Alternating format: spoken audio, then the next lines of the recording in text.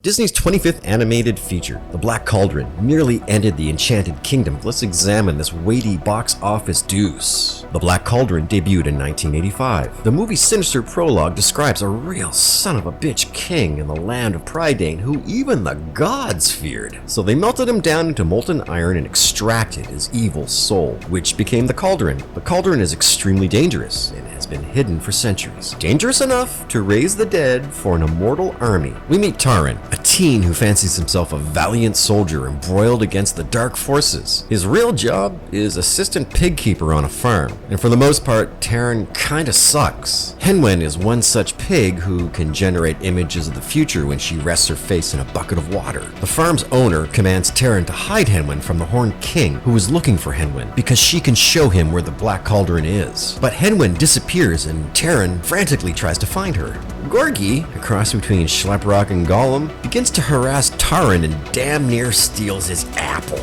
During Gorgi's horseplay, Taran hears Henwen squealing in the distance. They arrive too late to save her from the talons of the king's dragon, flapping back to his creepy domain. Now, finally, Taran has a bona fide adventure ahead of him, but Gorgi decides to hang back and guard the rear. Thanks a lot, douchebag. And here's one main reason behind the movie's colossal flop. The Black Cauldron is scary, for kids. After all, it was the first Disney movie to have a PG rating slapped onto it, but it might have almost had an R rating due to the scenes depicting throat slashing, partial nudity, and melting flesh. What remained in the edit is the evil Horn King, voiced by John Hurt, his ghoulish kingdom and castle, and the cadaver army. We learned that the cauldron can't be destroyed. Someone has to sacrifice themselves by entering it, only to be incarcerated into an eternal claustrophobic solitude. Looks like someone on the screen's not getting out alive. When the Horn King seizes the cauldron, raises his army, and is about to carry forth his plan to conquer the world, Gorgi finally makes himself useful by sacrificing himself by jumping into the cauldron, killing the king in the process. But his absence is short-lived as a few witches want the cauldron for themselves, and Taran makes the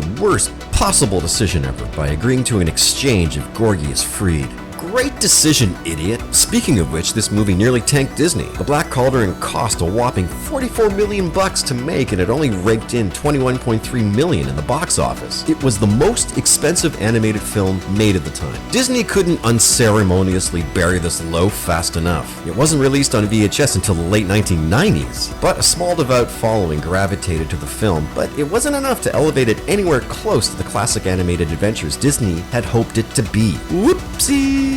Thanks for watching. Catch you in the next one.